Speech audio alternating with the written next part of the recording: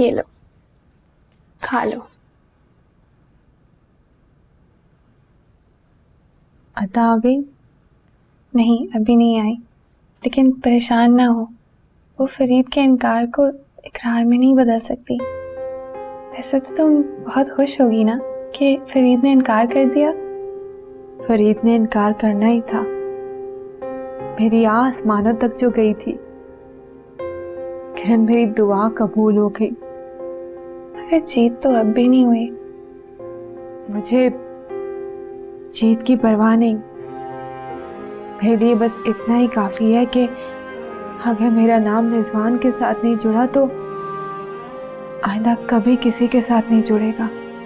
और ये भी हो सकता है कि आसमानों पर तुम्हारे नाम के साथ रिजवान शाह का नाम लिखा हो, इसीलिए तुम्हारी मंगनी टूट गई। नहीं किरण, मैं सना से वादा करके आई हूं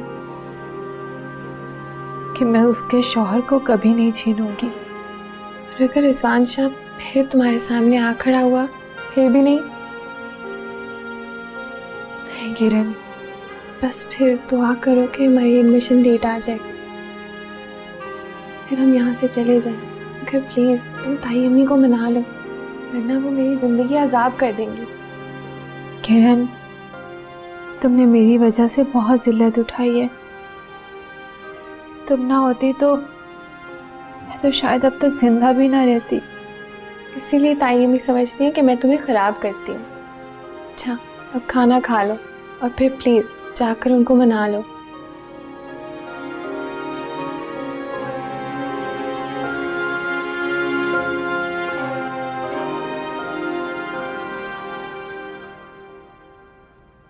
आपा, फरीद ने साफ साफ इनकार कर दिया। वो कह रहा था कि जिया रिजवान शाह की अमानत है। ये रिजवान शाह मर क्यों नहीं जाता? आपा, ये क्या कह रही हैं आप? ठीक कह रही हूं मैं। तुम मुझे अपना बताओ, तुमने मिन्नत समाजत की, हाथ जोड़े, पांव पकड़े फरीद के? हाँ आपा, सब कुछ करके देख लिया, लेकिन उसका इनकार में हाँ में नहीं बदल सकी। वो कह रहा था कि आंटी को बोलना कि जिया का हाथ रिजवान शाह के हाथ में दे दे, ये दोनों एक दूसरे के लिए बने।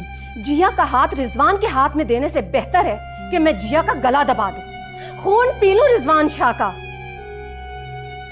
मैं अकबर के खून को ऐसे रायगा नहीं जाने दूंगी, अपने मरते दम तक। आप ख्वाह परेशान हो रही हैं। जिया तो अब खुद भी शादी नहीं करेगी, वो उसकी बीवी को कॉल देकर आई है। मुझे जिया पर भरोसा नहीं रहा। सफिया, तुम जिया के लिए कोई अच्छा रिश्ता ढूंढो। ठीक है आपा, फरीद जैसा कोई अच्छा लड़का मिला तो जरूर ढूंढूंगी। आपने खाना खाया? नहीं खाना मुझे खाना, मुझे अकेला छोड़ दो, जाओ।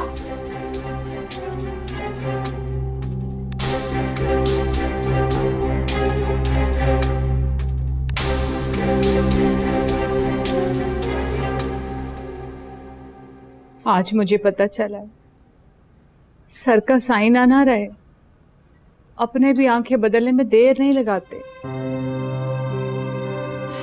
छोड़े अम्मी, अब मामू की परवाह ना करें, वो तो यूं ही ऊंचा बोलकर डराते हैं। मेरी सिकंदर से बात हुई है, वो कह रहे फुफ्फी को कहो कि अब्बा के कहने पर बंटवारे की कोई जरूरत नहीं है। ते और की, अल्लाह तुम लोगों को जिंदगी दे। अब जो कुछ भी है ना, वो तुम लोगों के बच्चों के ही तो है। आज मेरा रिजवान शाह अकेला रह गया। उसकी औलाद होती ना तो उसका भी कोई सहारा होता। शरीकों का क्या, ये जमीन जायदाद के चक्कर में मेरे पुत्र को कोई नुकसान ही ना पहुंचा दे। कैसी तकदीर पाई है मेरे बच्चे। ऐसी मनूस लड़की से शादी हुई है उसकी कि उसको औलाद ही नहीं दे सकती। अम्मी, आप जिया। खबरदार, मैं उस घटिया लड़की का नाम भी ना सुनूं तेरे मुंह से। उसकी माँ एक नंबर की खुदगर्ज और बदतमीज औरत है। तुझे पता नहीं है उसने मेरी और जमान शाह की कितनी बेइज्जती की थी। तेरे बाबा के इंतकाल पे खुशी से कह के लगा रही थी। पागल औरत। मैं ऐसी घटिया औरत की बेटी को कभी अपनी बहू नहीं बना सकती। नहीं, सवाल ही नहीं पैदा होता ना। अम्मी, आप कुछ भी कहें, आपको रिजवान शाह की दूसरी शादी करनी पड़ेगी। क्या वो मानेगा?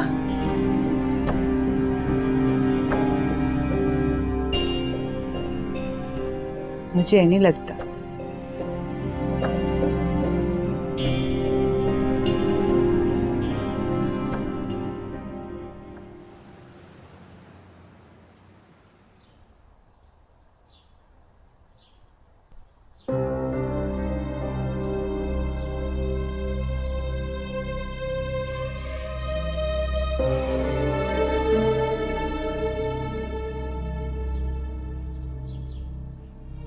अम्मी, मर गई तुम्हारी माँ। अम्मी मेरा क्या कसूर? मैंने अगर इनकार ही करना होता तो मैं मंगनी के लिए हाँ क्यों करती? फरीद जैसा हीरा इंसान हाथों से निकल गया। जिया, तुमने उसे सब कुछ क्यों बताया? अम्मी वो सब जानता था। मेरी गाड़ी से छलांग लगाने से लेकर मुकदमे की कार्रवाई तक सब कुछ उसे पता था। और मैं रिजवान के घर उसे मिलने गई थी, लेकिन मैंने कभी ये नहीं सोचा था कि मैं फरीद से रिश्ता तोड़ूंगी। बल्कि मैंने तो उसका झूठ भी अपना लिया था कि वो शादीशुदा है और उसका बच्चा है। बस मैं तुम्हें माफ कर देती हूँ, लेकिन मेरी एक शर्त है कि उस इंसान रिजवान शाह का नाम तुम्हारी जुबान पर अब ना आए। जी अम्मी, मैं जानती हूँ वो शादीशुदा है। मैं किसी का घर क्यों तोड़ूंगी? ठीक है, अब अपनी जुबान पर कायम रहना। मैं कोई अच्छा सा घर देकर तुम्हारी शादी कर दूंगी। तुम ये समझना कि तुमने आज उस रिजवान शाह का चैप्टर क्लोज कर दिया।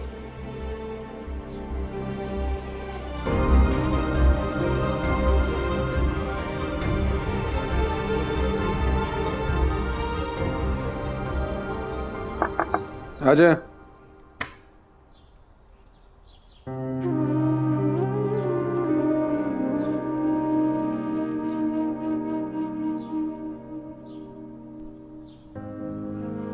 लगता है तुम रात भर सोए नहीं। मैं कई रातों से नहीं सोया। रिजवान शाह, तुम्हारे पास एक ही रास्ता है। कैसा रास्ता? देखो, तुम जिया को नहीं भूल सकते, ना ही किसी दूसरी लड़की से शादी कर सकते हो। ऐसे ही है ना?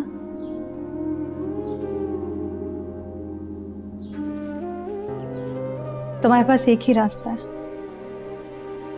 तुम जिया से कोर्ट मैरिज कर लो। क्या? तुम्हारी तबीयत ठीक हो जाए तो एक बार फिर मिलो उससे।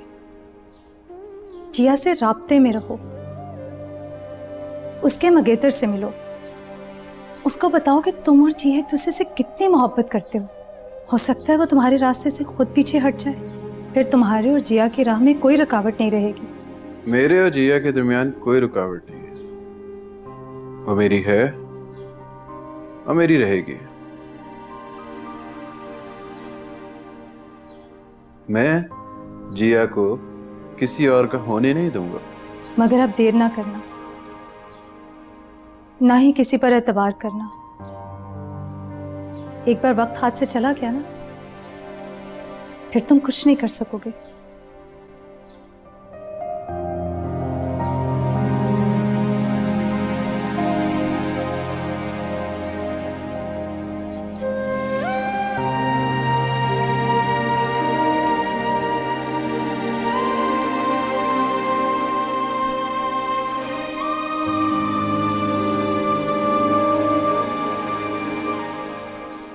हाँ बोल सिकंदर,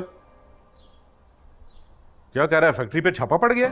तो तू किस मर्ज की दुआ है? वो पैसे दे दे जान छुड़ा। नहीं मैं नहीं आ सकता अभी, बहुत लेन देन करना है। और तू अफसर के पास जा सीधा, उसको पैसे दे ते जान छुड़ा। मैं ना हो तो रोले ही पै जाने। हाँ बिल्किस बोल। फजल भाई, उन्होंने अपनी जिंदगी में वसीयत लिखवा दी हुई है। हैं? कितने वसीयत? सुमान शाह के वकील को फोन करके पूछें, और वो लिफाफा उनकी पहली बरसी पे ही खुलना है, उससे पहले नहीं। ऐसी गल हुई? तो क्या लिखा है वसीयत में? कुछ तो पता होगा तुम्हें।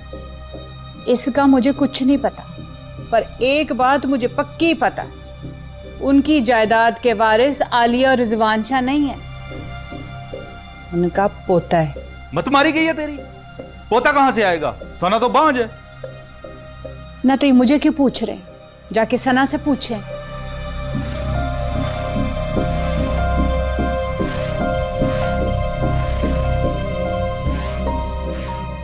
मेरे सिर का साई नहीं रहा तो आ गए जायदाद के हिसाब किताब करने। ये अपने हैं जी, भरा है मेरा खैर से। और ज़मान शाह मेरा बनोई था। वसीयत आपके बेटे या वालिद की भी होती तो किसी भी मरहूम के ख्वाहिश के मुताबिक होती। बहनोई की कोई कानूनी हैसियत नहीं होती विरासत में। मुझे बताना तो नहीं चाहिए, लेकिन फिर भी आपकी फैमिली में रंजिश पैदा ना हो, इसे आप पढ़ लें। ज़मान शाह साहब की वसीयत के मुताबिक उनकी आधी जायदाद उनके पोते को मिलेगी, आधी उनके बेटे बेटी और बेवा को मिलेगी। उम्मीद है जब तक अल्लाह ताला ज़मान शाह साहब को पोता नहीं दे देता, विरासत की कोई बात नहीं होगी।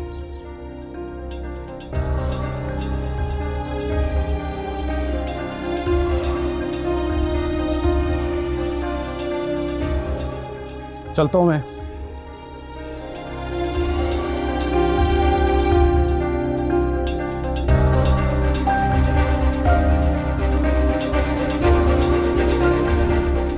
और पोता कित्थों आएगा?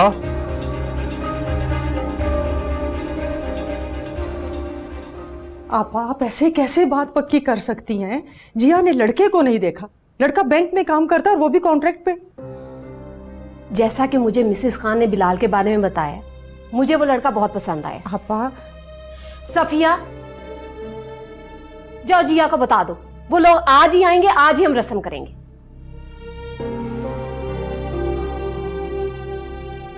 आप ये आप क्या कर रही हैं?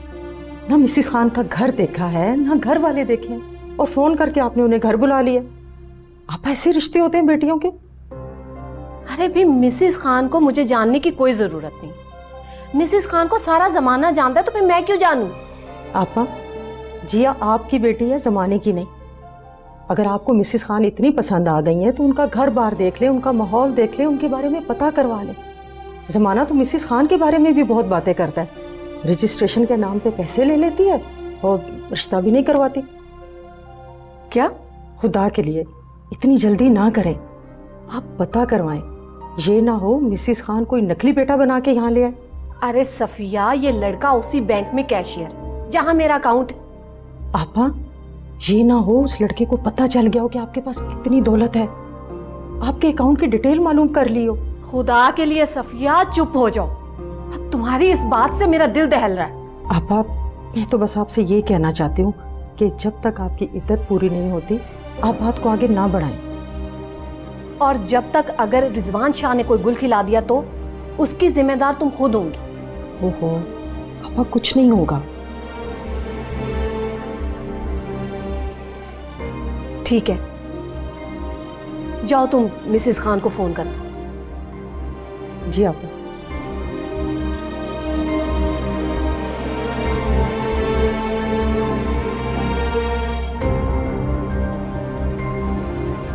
जी मिसेस खान, जब तक आपा की इद्दत ख़त्म नहीं हो जाती, हम बात को आगे नहीं बढ़ाएंगे। जी, आप कुछ भी समझें।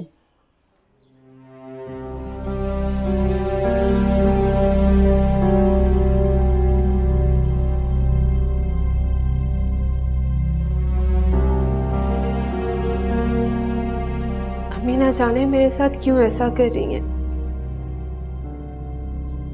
क्या समझने लगी है वो मुझे? बेटा, जब बच्चों से एतबार उठ जाए ना, तो फिर माँ बाप ऐसे ही सोचते हैं। कौन सा एतबार तोड़ा है मैंने? नाकाबिले एतबार तो मैं तब होती जब जाके कोर्ट मैरिज कर लेती। कोई मेरा क्या बिगाड़ सकता था? चुप करो, ये क्या बोल रही हो तुम? क्यों करोगे तुम कोर्ट मैरिज, और वो भी एक शादीशुदा मर्द से? अद्दा, मैं सिर्फ बात कर रही थी, और उसका शादीशुदा होना मेरे लिए कोई मायने नहीं रखता। लेकिन फिर भी मैं अपने माँ बाप की बदनामी नहीं बन सकती। अच्छा, बस बात खत्म हो गई।